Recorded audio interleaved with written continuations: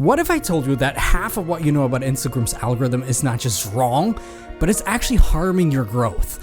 And I'm not just talking about the obvious things that are bad, like joining an engagement group or participating in follow and follow, which obviously are bad and will mess up your account score. But I actually see it a lot with the creators that I work with. They do a lot of the things seemingly right. I don't know where to put these. Sort of like a red line I've been seeing recently with people who come to us. And despite what Instagram says, our old friend Missouri, sometimes there's widely known, seemingly normal strategies people use on a daily basis that can actually get your account shadow banned, right? Which basically means your reach is getting capped by Instagram in some form. And unless you tweak some things, you won't be able to grow at all. Right, so let me show you some real life data as to why your account might be flagged for getting less reach without you even knowing. Because sometimes it actually is the algorithm that's at fault. Let me show you. All right, so let me start off with the story of a creator and what we did with her to actually go from basically zero to now over 160,000 super engaged followers in just a few months. And it all started a few months back. This creator came to me and my team in the creator mentorship. Let's call her Brooke, because that's actually her real name, because I couldn't think of anything right now. And basically she came to us with already 13,000 followers. So actually not really bad if you think about it. All grown organically. Mostly. We're gonna get to that. But the content itself that she created was actually quite good. And at first glance, she was actually doing most of the things right. Like many people, I'm gonna blur her handle because I know you creeps are just gonna, you know, you've done it before, you lost your chance. But here's the tricky part about the situation. Even though her engagement was not super bad, right? It also wasn't super good. Sometimes her reels would even get, let's say, 5,000 to 7,000 views, which made her think, well, somehow she's doing the right things and she's on the right track. But most of the times it was more like in the 1,000 view mark, 2,000 view mark, basically keeping her low. And sometimes with a spike just to get her feel like she's actually on the right track. Now, obviously, when somebody comes to us, first of all, I hop on a call with them, with my team, and we're gonna figure out everything about the creator, how they grew before, what might be happening, what kind of algorithm tricks might be at play. And then we still need to analyze it because we need to be sure, right? We don't want to just abandon an account because sometimes it's actually solvable. But yeah, taking a look at her account, we figured out something that applies to a lot of you guys as well. And Instagram's not gonna be happy that I say that right now. I'm sorry, Missouri, our old friend, but there's something up with your algorithm. And we have definitive proof on that. Sometimes, I mentioned it before a little bit, but sometimes the algorithm gets confused, sort of entangled in its own data or something like that. But also, sometimes the algorithm straight up does not like you anymore. And you have what I call a low trust score. Don't ask me if they actually name it like that. Probably not, because why would they? But basically, I'm pretty sure that there's some sort of ELO score attached to your profile, and your potential reach will heavily depend on that score.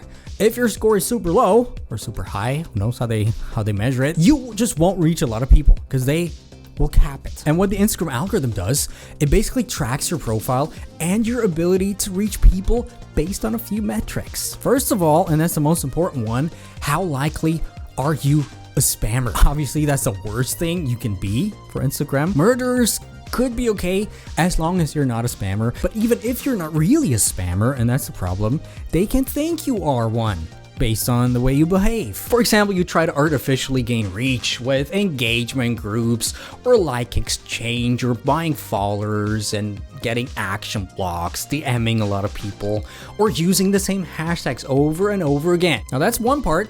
The other part of this whole score being, how do you treat their community guidelines? Like, are you saying stuff you're not supposed to say in a working society? For example, are you saying to the people on Instagram the same things that you say to random strangers when you're in a car? Let's say they kind of drift into your lane and you follow them until they're at home and you call them names and you get arrested. Might have happened to me already multiple times. Or not, you decide. It's the internet after all. And usually you should not believe strangers you just meet on the internet. Like me. But let's say you say something that you don't actually mean in a story, just to some friend or something, or there's even something in the background or on a screenshot that the algorithm detects as hateful language, for example, your score will also be low, which means you as a creator are not valuable for the platform, for Instagram. Having you on and giving you exposure is kind of bad for them, which is obviously something that nobody wants. Now, obviously, they won't fully take away your reach, but it will be capped, and you'll notice that. Sometimes you'll get the outlier, because to make you think it's still kind of good and making you chase after it, making you not recognize that. There's actually some research papers by Facebook, by some universities that proved that. But basically, they got you on a leash. And usually if you're in a situation like that, because of the spam and the community guidelines score, at least in my experience, you will never be able to get good reach again, at least not to the full extent. And you're better off starting your account from scratch. Not always, but most of the times. Now here's where it gets really interesting, because similar things can also happen if you don't do any of these things, but if your account is straight up old. Usually that happens if you've, let's say, gained the majority of your current followers a year or more ago, or a big part of your followers and engagers are actually your friends or family who are not really part of your target audience, and they sort of skew your metrics, right? Algorithm stuff. And in cases like these, it is totally possible to get out of this shadow ban, which is not a real shadow ban, but still. But it can take a lot of patience, and to be honest, sometimes it's also just wasted time, if you ask me. So a lot of the times, to be completely honest with you, it's just, again, easier to start from scratch with a fresh account and with the right strategy, because a lot of the times it's actually the strategy that wasn't really aligned before, which led to this whole shadow ban situation. Now, if we take a look at Brooke's example, she grew the majority of her followers pre-2022. There were some spikes, which were probably viral-ish sort of videos that looked good in terms of vanity metrics, but they brought in the wrong kinds of crowd, maybe even confused the algorithm. And after some content tests and analysis, we actually decided it's best for her to just start from scratch. Right? Because the account itself is capped, it's crap. And a big part of her not being able to get more reach is the algorithm's fault. Yes, sometimes it really is. And it is kind of scary, right? Abandoning your, let's say, 13,000 follower account. I remember she didn't really want to do it at first, understandably. But here's what happened once we started off again from scratch, from zero, right? With the right strategy, targeting the right people, and most importantly, with a clean trust score account. As you can see, at first still took a while to get the algorithm to notice her, which is normal, totally normal.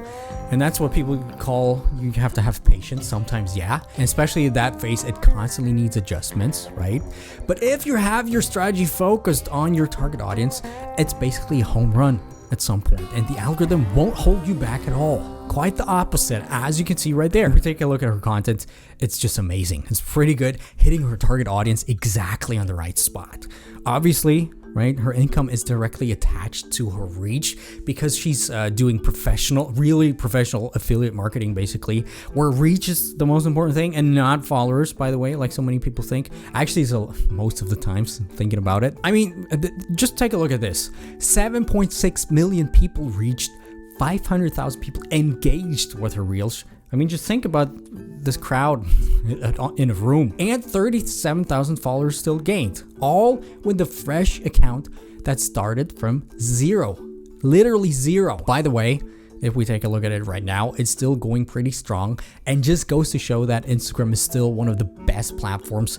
And for making money in the whole monetization thing, off-platform monetization thing, I believe it's probably even the best platform right now, apart from YouTube, obviously. But the big takeaway here being, the algorithm could be your enemy, unfortunately. Now, obviously, a big part of Brooke's success came from her ability to consistently produce content, good content that manages to hit her target audience the right way over and over again. And believe it or not, there's actually a system behind it.